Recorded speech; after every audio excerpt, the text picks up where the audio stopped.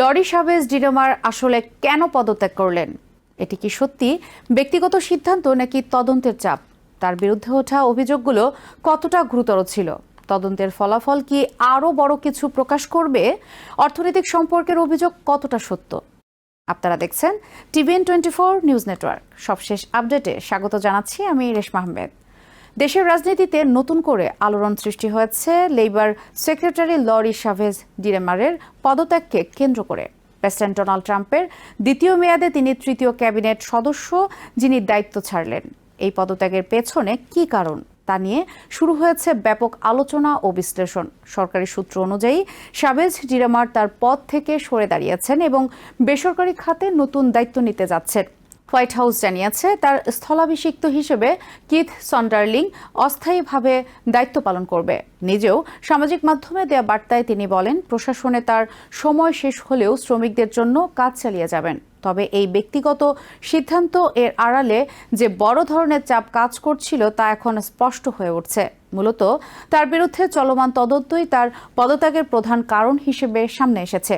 Labour ডিপার্টমেন্টের inspector general তার বিরুদ্ধে সম্ভাব্য অসদাচরণ অভিযোগ খতিয়ে দেখছিল।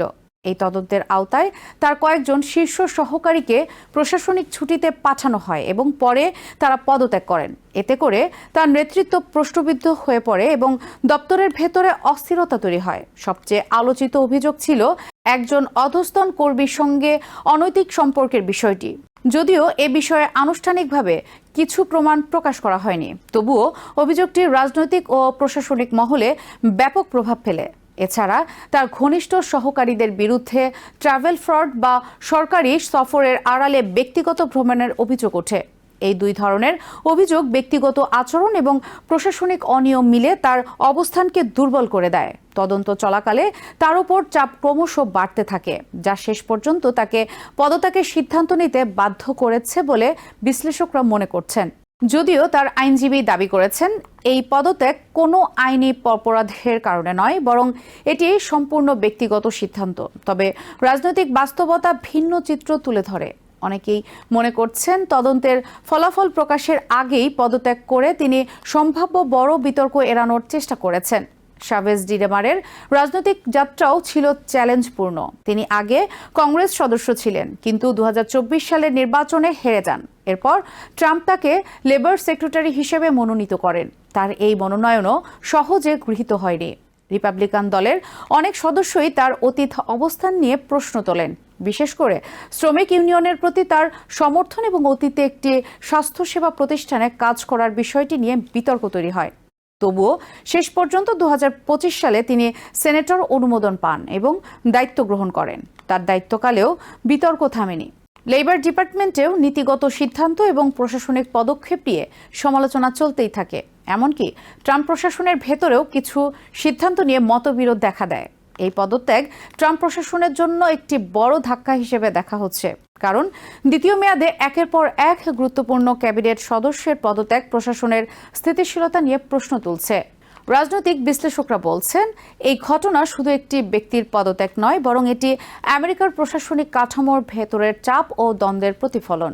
তদন্ত, অভিযোগ এবং রাজনৈতিক চাপ, এই তিনটি বিষয় মিলে এমন পরিস্থিতি তৈরি করেছে যেখানে পদত্যাগ প্রায় অনিবার্য হয়ে উঠেছিল।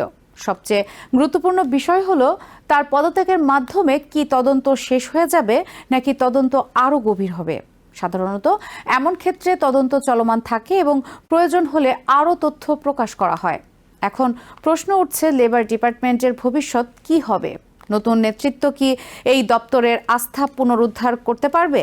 এবং সবচেয়ে বড় কথা, এই পদত্যাগ কি ট্রাম্প প্রশাসনের উপর দীর্ঘমেয়াদী প্রভাব ফেলবে?